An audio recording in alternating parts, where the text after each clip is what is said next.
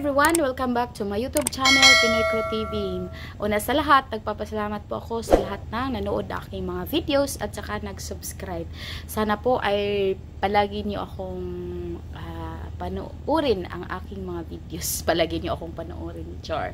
So, ang pag-uusapan naman natin ngayon ay ang reigning na Miss Universe. So, dito muna tayo sa mga pageant kasi medyo mainit pa.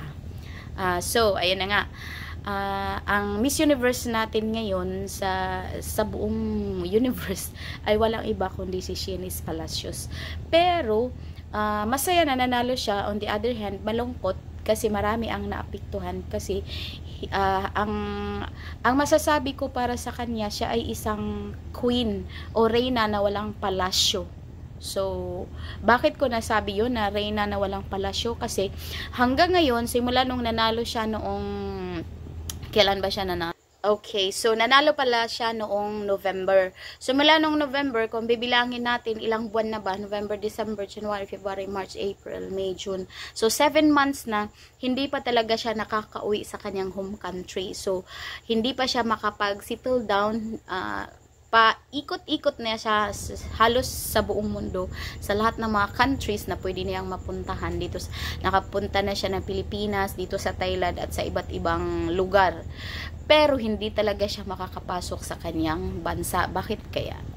Bakit kaya? Ano ang nangyari? It's because ang kanilang lugar, ang Nicaragua, ay nagkaroon sila ng kaguluhan noong 2018 at siya ay sumali siya sa pagmamarcha because they wanted to have a change. So ito, basahin natin yung maliit lang, maikli English siya. Shanice Palacios became the first Nicaraguan to win with the title of Miss Universe. O diba, the first, di sana isi-celebrate yun, pero ang nangyari ay hindi.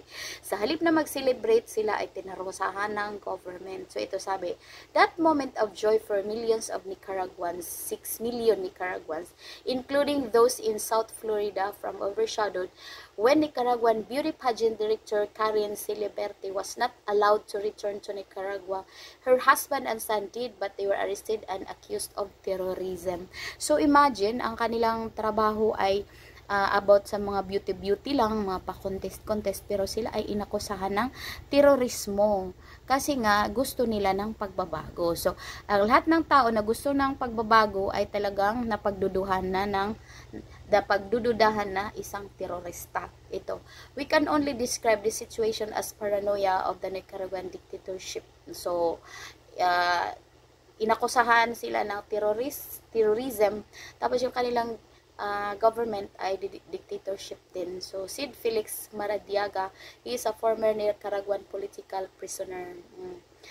So ito, sabi dito, Maradiaga was locked up in jail because of challenging dictator Daniel Ortega at the polls. He says Ortega and his wife Rosario Murillo, the vice president, considered terrorism marching through the streets of Nicaragua with a national flag demanding change. So ito yung nangyari.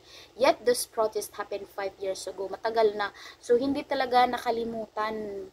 Kasi 2018 pa yung marcha na yun, parang kagaya sa Pilipinas na kung ayaw na natin na ang ating gobyerno, tayo ay nagmamarcha, yung nagkaroon ng kudita, nagkaroon ng EDSA, people power, parang ganun yata yung gusto nilang gawin, kaya lang hindi sila ganun karami.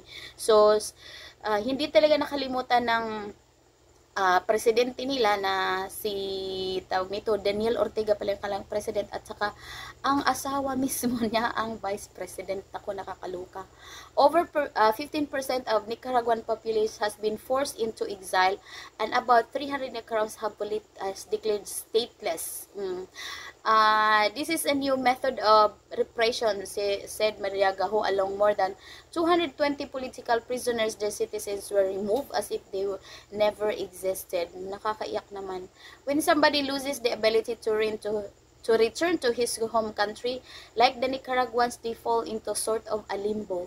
So ay si Miss Shanice Palacios ay wala po siyang bansa, pero ang maganda sa kanila ay inallowed sila ng US government na doon manirahan.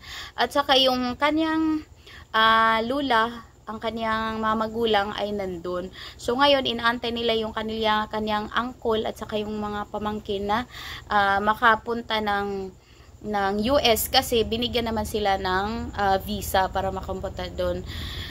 So, yun ang nakakalungkot kasi nga ano ba ang motto ng Miss Universe, 'di ba? To empower women. So, empowered na nga si Miss Shanice Palacios, pero ang kanyang pagka Miss Universe ay walang nagawa. Sa halip, ito ay nag-cause pa ng trouble sa kanilang lugar at sa kanilang mga kamag-anak at saka related na trabaho kagaya yung nangyari sa may-ari ng director ng pageant ng Miss Universe Nicaragua. So, ang nangyari yun ay nakulong pa sila ng mahigit 2 buwan. So, yun ang nangyari. So, ang masasabi ko na siya ay isang queen na walang trono kasi nga hindi siya makauwi sa kaniyang bahay, sa kanilang lugar. Sa halip sila ay in-exiled pa, so they cannot return. As far as Shanice Palacios Miss Universe 2023, it is unknown if she will be allowed to return to her homeland and celebrate with the Nicaraguan people her triumph. So ano na, mag-7 months na. So, wala pa rin news kung makakauwi siya or hindi. So, sad. Napaka-sad, diba? Empowered. Paano ka naging empowered? Kasi wala kang magawa. Tali ang iyong mga kamay at hindi ka makakauwi. Ganun. It's very ironic din na si Miss Nicaragua ay hindi siya welcome sa kanyang sariling bansa, pero sa ibang bansa ay welcome na welcome siya. Kagaya sa Pilipinas, yun, yung mga tao ay nag-welcome sa kanya nung nagpunta siya doon at syempre naiyak din siya, naiyak. At meron din isang Nicaraguan person na doon at nagbigay sa kanya ng flag ay naiyak din kasi nga ang ibang tao ay tumatanggap sa kanya pero ang sarili niyang bansa ay hindi, dahil sila ay pinagdududahan ng mga terorista. So, yun lang po. Maraming salamat at sa susunod ay titingnan pa natin yung ating ibang mga contestant kung paano sila naging empowered, ano ang kanilang nagawa sa kanilang pag-reign, ano ang kanilang mga naitulong sa mga taong nangangailangan ng tulong sa gobyerno, sa kalikasan at sa lahat ng aspeto ng bagay, sa lahat ng aspeto, sa lahat ng bagay, kung ano ang kanilang naiambag. So yun lang po, maraming salamat at bye bye.